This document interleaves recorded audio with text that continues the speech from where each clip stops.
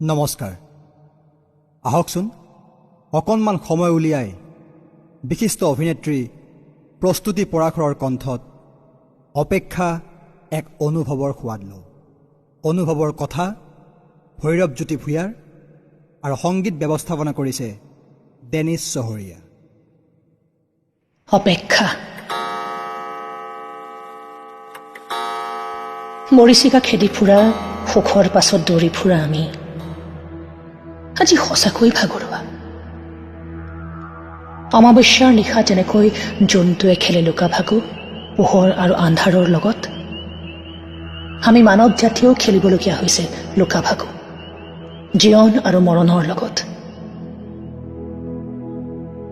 বিভীষিকাময় কৰোণা ভাইৰাছে আজি ছানি ধৰিছে মানুহৰ মন মগজুৰ আকাশ। চৌদিশে মৃত্যুৰ কেৰেলীয়ে কঁপাইছে যেন হঠাতে অহা এক ভয়ংকৰ ভূমিকম্পৰ প্ৰভাৱ। এখোজ হলেও পিছুৱাই গৈছো আমি,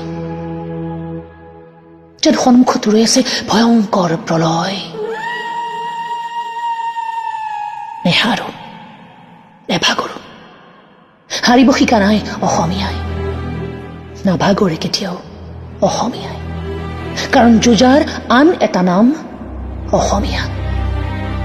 যদিও অস্ত্ৰ নাই হাতত, যদিও আবেগ মৰমেৰে নোৱাৰো, নিজক সুৰক্ষিত সজাগ সচেতন কৰি ঘৰতে থাকি যুঁজিব কিন্তু অসমীয়াই। কাল বিভীষিকা মহামাৰী কৰোণাৰ বিৰুদ্ধে এদিন হলেও সফল হমেই। সেয়া মোৰ ব্যক্তিগত অহংকাৰ নহয়, অসমীয়া হিচাপে এক ক্ষুদ্ৰতম স্বাভিমান।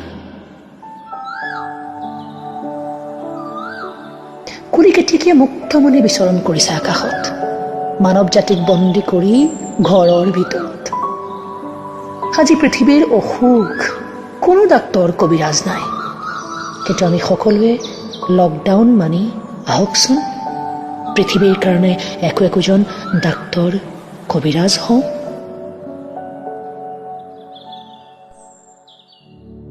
বৰ্তমান সময়ত কৰোণাৰ একক আৰু একমাত্ৰ এণ্টিবায়টিক লকডাউন। এই লকডাউন নামৰ এণ্টিবায়টিকটো ব্যৱহাৰ কৰক, কৰোণা এদিন যাবই।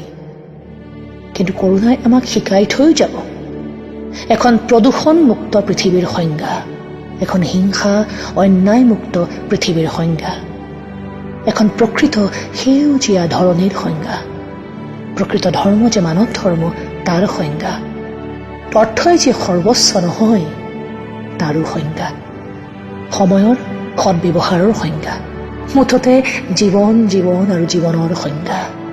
অপেক্ষা মাথো সঠিক সময়লৈ, মাথো অপেক্ষা।